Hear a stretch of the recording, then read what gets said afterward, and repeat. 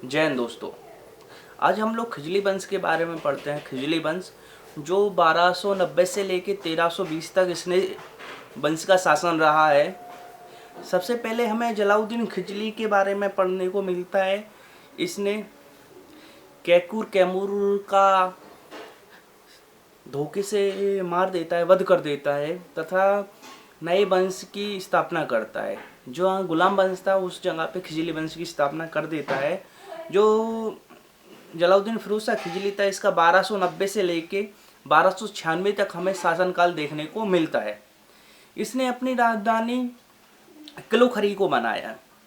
किलोखरी में इसने सबसे पहला अपना शासन करना प्रारंभ किया। कहा जाता है कि इसने जनता के रूप में शासन किया। जनता का रूप मतलब जनता की इच्छाओं के रूप में इसने शासन किया। जनता की जैसी हाँ में हाँ रही और ना में ना रही, उस प्रकार इसने शासन हमें देखने को मिलता है कि इसने शासन किया। तथा इसने दक्षिण भारत अभियान के लिए अपने भाई के पुत्र को भेजा, जिसे यह दामाद रूप में स्वीकार कर चुका था। जलाउद्दीन फिरोज शाह खिजली की पुत्री होती है तथा अलाउद्दीन खिजली उसको पसंद कर लेता है, तो आपस में ये दोनों विवाह कर लेते। इस प्रकार ये भतीजा भी था और इनका दामाद भी था। किसका? जलाउद्दीन फिरोज शाह खिजली का। जब इसने दक्षिण भारत विजय के लिए अलाउद्दीन को भेजा और अलाउद्दीन खिजली ने बहुत सारे उस समय के जो प्रांत थे उनको जीत लिया, दक्षिण भारत के बहुत सारे राज्यों को जीत लिया, तब फिरोज शाह खिजली ने, जो जलाउद्दीन फिरोज शाह खिजली था, उसने हिसाब मांगा कि कितना धन लूटा, कितना क्या किया, उसकी मुझे सब पूरी जानकारी दो।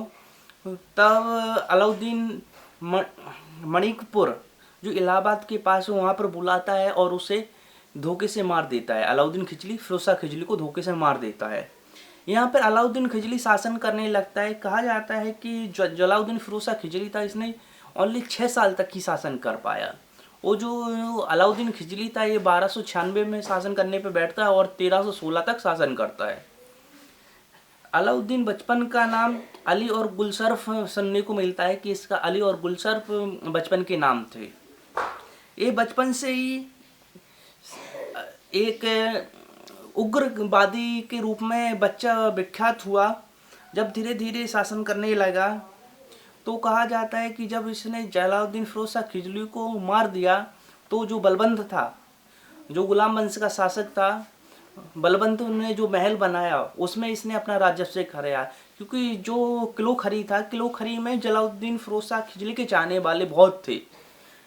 जब इसने बलबंत से शासन करना प्रारंभ किया, बलबंत के महल से शासन करना प्रारंभ किया, तो धीरे धीरे जो जलाउद्दीन फिरोज शाह खिजली के चाहने वाले थे उनको मौत की घाट उतार दिया।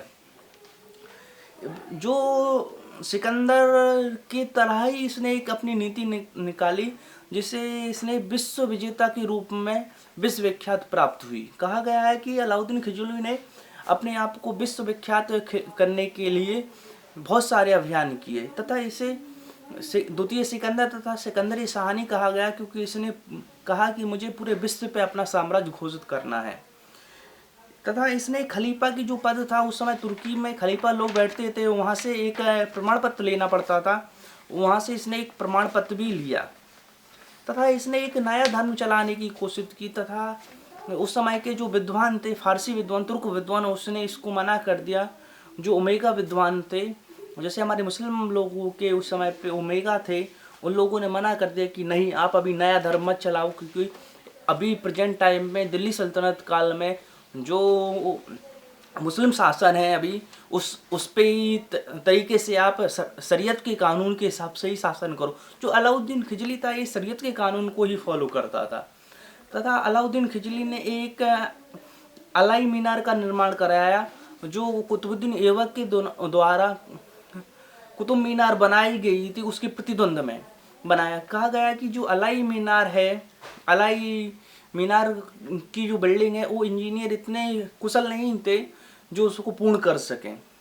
तथा इसने बाजार नियंत्रण पे बहुत जोर दिया। कहा गया है कि जिसने जब बाजार पे नियंत्रण पाने के लिए अलग अलग प्रकार के कर तथा अलग अलग प्रकार की छूटें दी। आयात निर्यात का भी इसने बहुत सारे टैक्सों पे जोर दिया।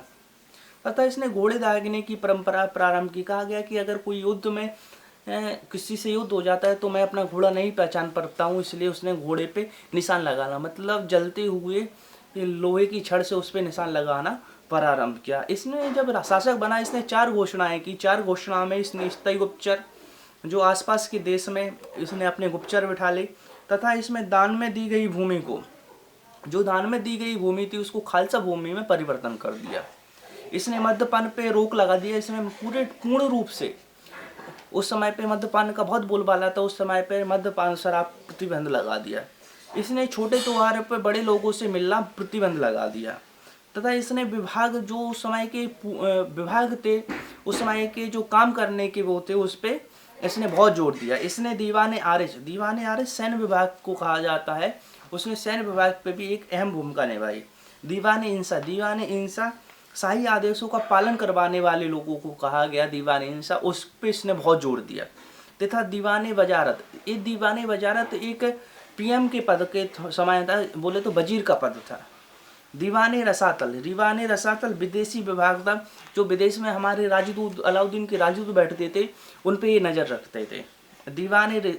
दीवाने रियासत वो लोग थे जो बाजार नियंत्रण को पूर्ण रूप से समझते थे।